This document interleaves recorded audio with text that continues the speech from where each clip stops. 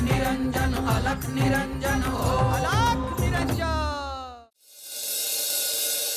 देवराज सेव्यमान पावनाग्री पंकजम ज्ञानयज्ञ सूत्र। हे काल भैरवा, आम्ही जो मनात हेतू घेऊन आलो होतो तो तुम्हाला समजला आहे, परंतु आता तुम्ही थेट कलीला भेटायला जाणार की काय करणार?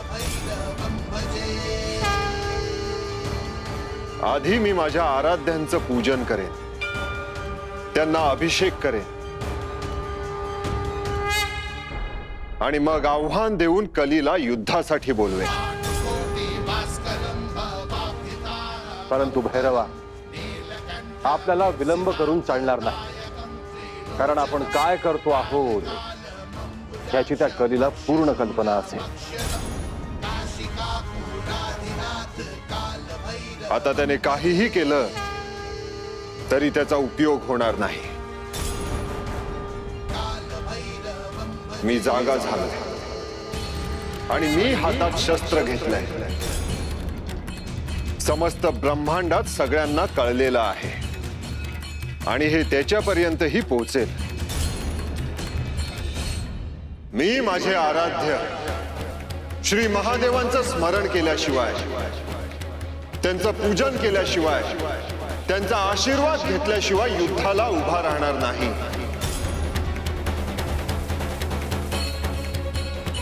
तुम्हीही माझ्यासोबत चला। एक गुप्त स्थान आहे जिथे मी साधना करतो, तुम्हालाही ते स्थान दाखवतो। चला। उत्तम। या निमित्ताने तुझं साधनेचं स्थान आम्हाला पाहायला मिळेल। गुरुदेव, मीही उत्सुक आहे। चला।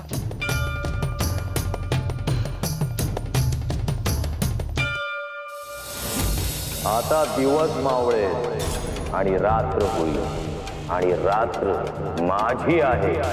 आज मी एकटा असलो तरी नंतर सगळे माझे होतील। मी जसा सांगतो आहे तसं वागणाऱ्या लोकांचा वेगळा धर्मच तयार होईल। कलीचा धर्म, माझा धर्म, ज्यात माणूस माणसांना मारेल, माणूस पशु पक्ष्यांना मारेल, सगळीकडे लुटालूट सुरू होईल। या व्यतिरिक्त खायला अन्न धान्यही नसेल।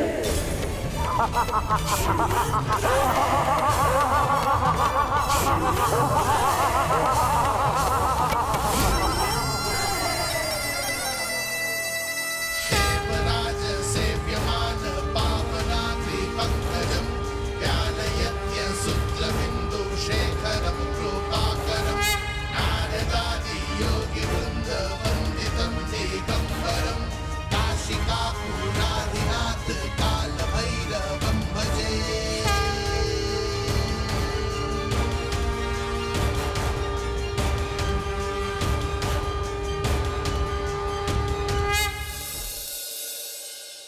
गुरुदेव, दिवस मावळल्यानंतर सृष्टीत चैतन्य पसरलंय असं वाटतंय। जालिंदर, कालभैरवाला जाग करण्यात नाथ यशस्वी झाले आहेत।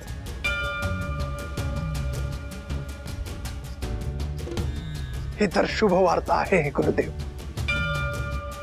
अर्थात आपण एखाद्या गोष्टीचा संकल्प घेतल्यानंतर ते कार्य पूर्ण होणार यात किंचितही शंका नाही। कलीला आव्हान देण्यासाठी कालभैरव हेच जर एकमेव पर्याय आहेत तर हे कार्य सिद्ध झालेलं आहे गुरुदेव। आता कालभैरव आणि कली समोरासमोर येण्यासाठी फार अवधी नाही, आणि हे कुठेतरी कलीला जाणवलं असेल। लवकरात लवकर हे विघ्न दूर हो, कालभैरवाकडून कलीचा पराभव हो।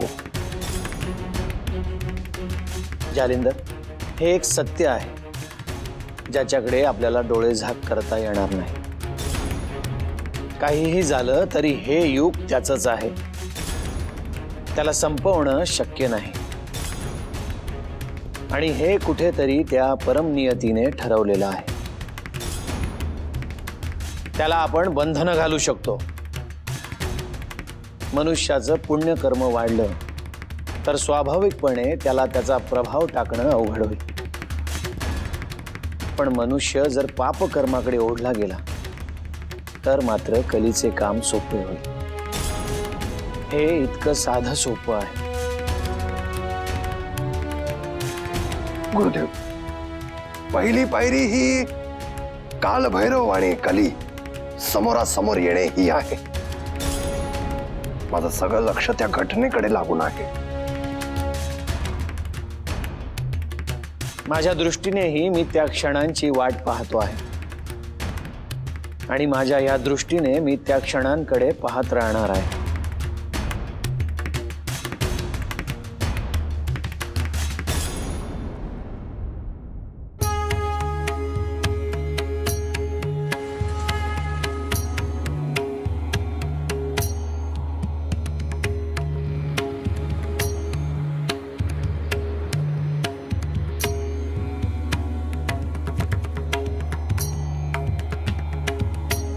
हे माझे साधनेचे आणि ध्यानाचे स्थान आहे.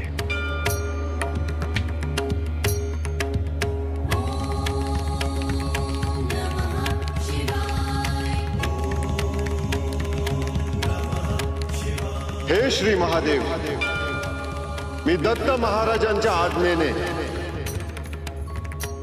आणि नाथांच्या आग्रहामुळे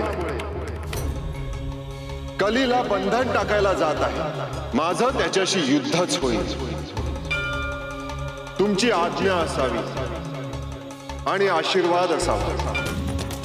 हे कार्य निर्विघ्न पार पडू दे महादेव. हे श्री महादेव, आपल्याला तर सर्व ज्ञात आहेच. हे कार्य यशस्वीपणे पार पडणं संबंध सृष्टीसाठी अत्यंत आवश्यक आहे. हे सर्व आपल्या आज्ञेने घडतं आहे असं आम्ही समजतो. हे प्रभो, कालभैरवाच्या हातून सत्याचे धर्माचे मोठे कार्य घडावे आणि कलीचा कोणाला त्रास होऊ नये असा आशीर्वाद आपण द्यावा.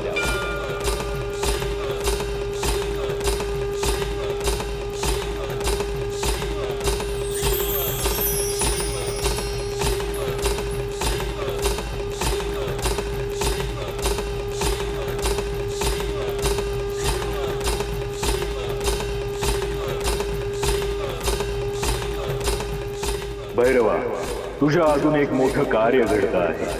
माझा आशीर्वाद आहे. शुभम भव, शुभम भव, शुभम भव, शुभम.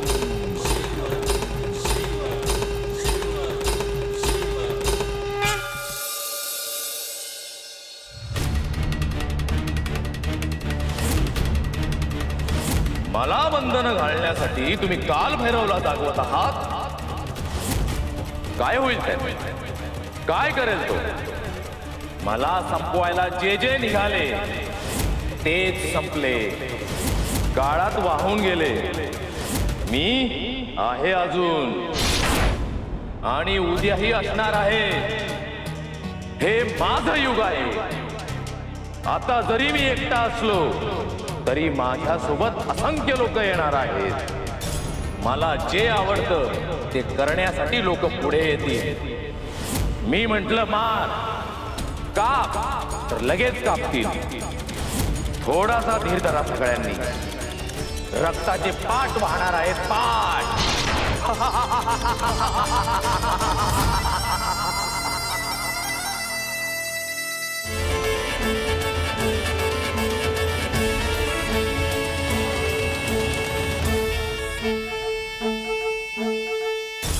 नाथांनो, नाथांनो, नाथांनो, मला बंधन घालायची, मला बंदी करायची म्हणून तुम्ही कालभैरवाला जागा केलं. तो ग्लानीत होता ते बरं होतं की? तुम्हाला वाटतं तसं काहीही होणार नाही. कालभैरव पराभूत होऊन परत जाईल. माझ्या पुढे कोणाचंही काहीही चालणार नाही. तुमच्या देवाचं शिखर आता पाडूनच दाखवतो. कोण काय करणार तुम्हाला बघायचंय, मग दाखवतो.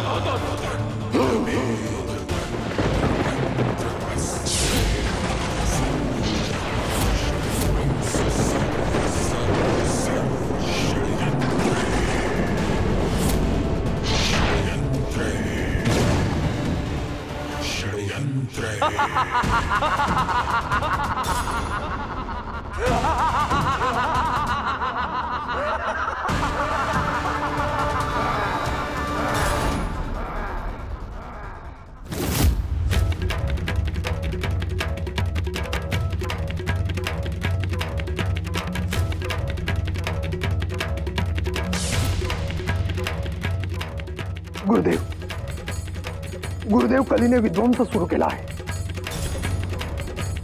मला ठाऊक आहे. गुरुदेव, आपल्याला काहीतरी करायला हवं. गुरुदेव, आपण आदेश द्या, मी युद्धात उतरतो. आता हे दायित्व कालभैरवाचे आहे. परंतु गुरुदेव, कली हे धाडस करू कसं शकतो? नवनाथ आहेत, आपण स्वतः आहात. त्याला ह्या सगळ्या गोष्टींची जाणीव करून द्यायची आहे आणि म्हणूनच आपण कालभैरवाला पाठवतो आहे. गुरुदेव, हे सगळं मला सहन होत नाही. ज्या मंदिराचं शिखर कलीने तोडलं, ते मंदिर श्री महादेवांचं होतं.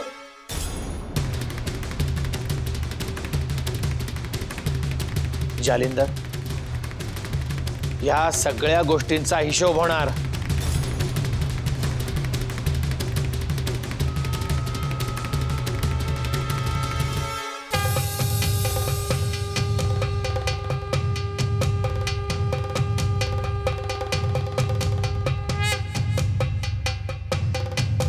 आता तुम्ही दत्त महाराजांकडे प्रस्थान करा. त्यांना माझा निरोप द्या. कार्य पूर्ण झाले की मी त्यांना भेटायला येईल. भैरवा, आजवर जेव्हा जेव्हा आम्ही युद्ध केलं तेव्हा तेव्हा तू सहाय्यभूत झाला आहेस. आता तू युद्ध करणार आहेस तर तुला सहाय्यभूत होण्यासाठी आम्ही थांबलो असतो. हे युद्ध नेहमीसारखं नसणार आहे. मी निद्रेतून जागा झालोय आणि त्याच्याकडे येतोय हे त्याला समजलंय. तो अनेक क्लुप्त्या करणार, पण थेट युद्धाला उभा राहणार नाही. तुम्ही यात वेळ घालवू नका. जशी तुझी इच्छा भैरवा. आम्ही या युद्धापासून दूर राहू, परंतु तू काहीतरी निर्णायक सोक्ष मोक्ष लावावा.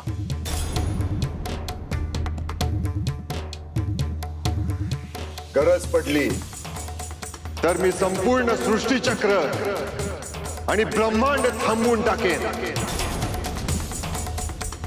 परलोकासनी हे ठावण आहे का असं एक कलियुग आहे आणि त्यात असा एक कली आहे. तेव्हा त्याचं नव्हतं करायला आला आहे. माणसाला कधीच समजणार नाही आणि जेव्हा समजेल तेव्हा उशीर झालेला असेल. अनेक संत विभूती सत्याने वागा म्हणतायत, पण त्याचं खरं कारण समजत नाही. ते स्पष्ट सांगत नाहीत. पण याचा खरा अर्थ हा आहे की कलीला दूर ठेवा.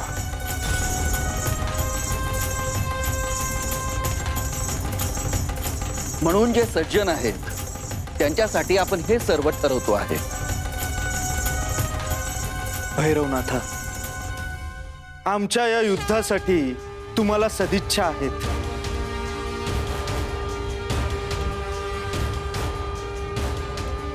प्रस्थान करतो आम्ही.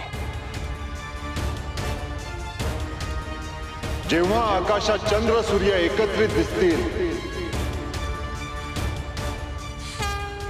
तेव्हा हे युद्ध थांबलंय असं समजा.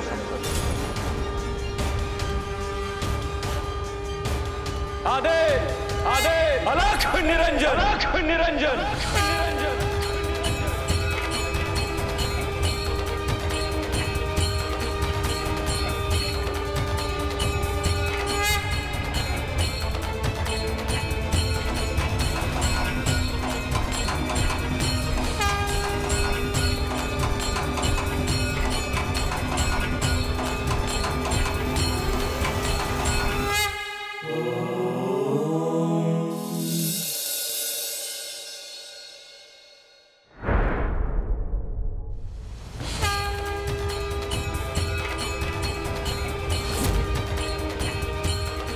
कली कली कली तू स्वतःहून माझ्या समोर ये, नाहीतर तुला अशी शिक्षा करेल की तुला कोणीही वाचवायला येणार नाही.